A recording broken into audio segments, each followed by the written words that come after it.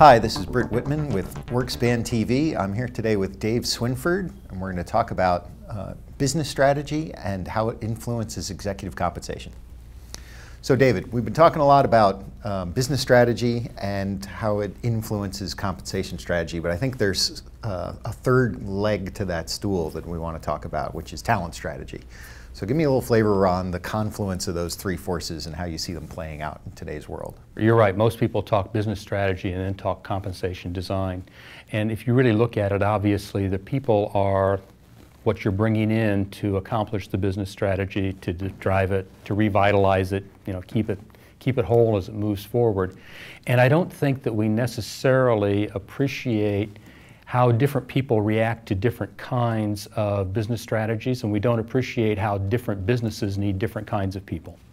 We sometimes think risk averse versus risk takers, but there are a whole lot of dimensions that I think we have to account for. The compensation programs have different virtues with respect to these talents. Some do well on particular aspects, some do less well on those aspects.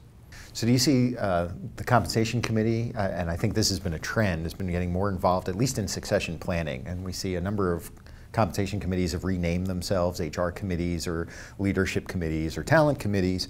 Do you think this is actually getting a foothold in our corporate governance system, or is it still largely not being paid enough attention to? Well, succession and talent management are generally considered board responsibilities. If it goes to a committee, it most often I think goes to the compensation committee. And that's because the compensation committee is the committee that is closest to dealing with people.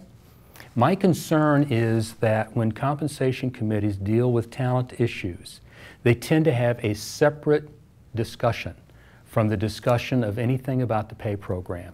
And so that's one thing we talk about that, a different agenda item we talk about that, and rarely do they talk about how if we need this talent in this place at this time, do we have to pay those people differently to grow them and encourage them to take on that additional responsibility? And that's a very interesting place to go, because with this focus on pay for performance, it seems like there's even more pressure. While the business strategy you're still aligning with, there's more pressure to pay for results as opposed to take a long-term view of growing talent and filling gaps. Do you see that the focus on pay for performance and more near-term results putting more pressure on this system?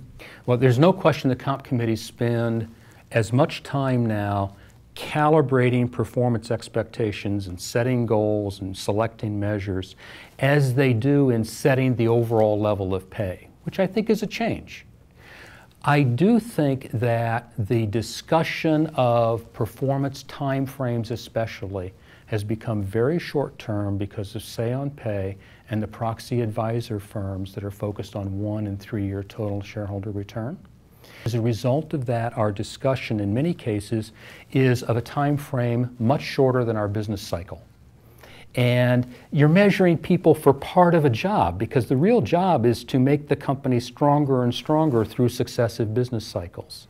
And so while that pay for performance discussion is happening, I think we're losing the connection to the time frames of performance and understanding the sort of natural cycle of a business as it deals with a particular economy. So a good thing, but the outside folks are influencing us to do it in a way that isn't really the right way to do it. Because there's too short-term a focus. Too short-term a focus, and there's a focus on best practices and people doing things the same way, and I'm concerned that what's going to happen is you're going to take different groups of executive teams that you need to do different jobs, and you're going to try to treat them all the same, and one-size-fits-all packages don't work. Yeah, the one-size-fits-all, I think, is a danger that we've been heading towards. It's easier. There's been faster turnover in exec teams. The whole move to free agency, I think, trying to buy results and replicate them from previous places kind of led us down this path. So do you see us continuing further, or do you think there's actually hope that we'll whiplash back to some degree into paying more attention to a longer-term career development, even in the executive ranks? Well, I think there's hope. I think the first thing that committees have to do, and HR has to help them, because committees won't do this on their own. HR and the advisors have to help them. Take every compensation design discussion back to Who is this designed to motivate? How do we attract that talent, and why do we need those people? You don't need everybody for a long-term career, but you also can't think that your backup plan is always to go hire somebody in that position from the outside, because they may not succeed. So I think we've got to get the discussion on the right terms, because compensation committee members are smart people, and they understand that fundamentally we're trying to do the right things. It's the voices on the outside who are influencing the votes that I think that are causing people, in the absence of people bringing them back to the basics, to say, okay, well, we can do that. That's going to avoid a say on pay vote issue next year, so we'll just do it without thinking about the implications of it. So do you see a way for compensation to sort of begin to drive some of that behavior? Are we going to move to longer-term benefits? Are we going to see longer-term periods in long-term programs because they've become very short-focused? Or is it going to have to be driven by a very overt discussion on talent and its place between business strategy and compensation strategy? I think we have to have the overt discussion of talent, and I think we've got to be very specific about trying to create unique company cultures.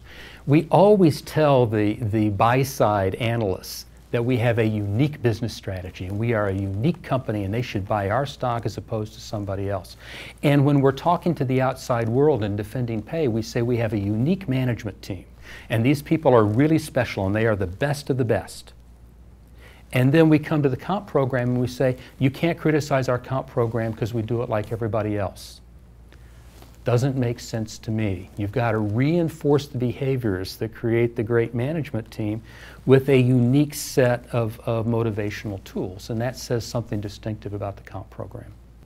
That says wonderful things about the comp program, but unfortunately right now it's a little difficult to fly in the face of your checklists that are coming out of the advisors to the institutions who are the ones who vote for those very smart committee members.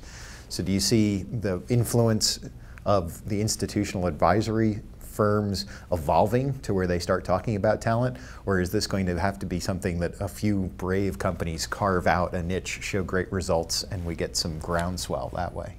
I think we have to work the proxy advisory firms both directly, and a lot of companies do that with engagement during the so-called off-season when they'll talk to you, but also indirectly. Indirectly is doing what is the right thing, making a great case, sustaining performance, taking that directly to your key institutional investors and getting their support. The one thing that we've learned about the key proxy advisory firms is that while some are frustrated with the slowness of the process, they do observe, they do study, they learn, they're trying to do a good job. They've got some benefits with business models because they've got to process a blue jillion proxies in no period of time whatsoever, so they're reduced to checklist analysis. But the checklist can change based upon what's working in corporate America. At the end of the day, their clients want total shareholder returns to increase. And if companies are doing that with unique programs, that eventually will see its way through the system. Give me a forecast of where we're going to be in the next 4 to 5 years with regard to talent strategy. Does this become a cornerstone? Does it partner well with comp strategy and business strategy, or are we still going to be struggling to find our way? In 4 or 5 years, we're going to be well into the retirement of the baby boom. We will start to see shortages of key executives. I think we're getting very close to all compensation committees recognizing not just the need for succession planning for one-offs like the CEO, but for a good talent management program. So I think we'll be much further along than we are now. The question is going to be how many companies will have been courageous enough to make sure that they have properly defined the culture they want to establish and the place of the compensation program design in reinforcing that culture. Courage in corporate America. Absolutely. Thanks, Dave. This has been Brit and Dave for WorkSpan TV.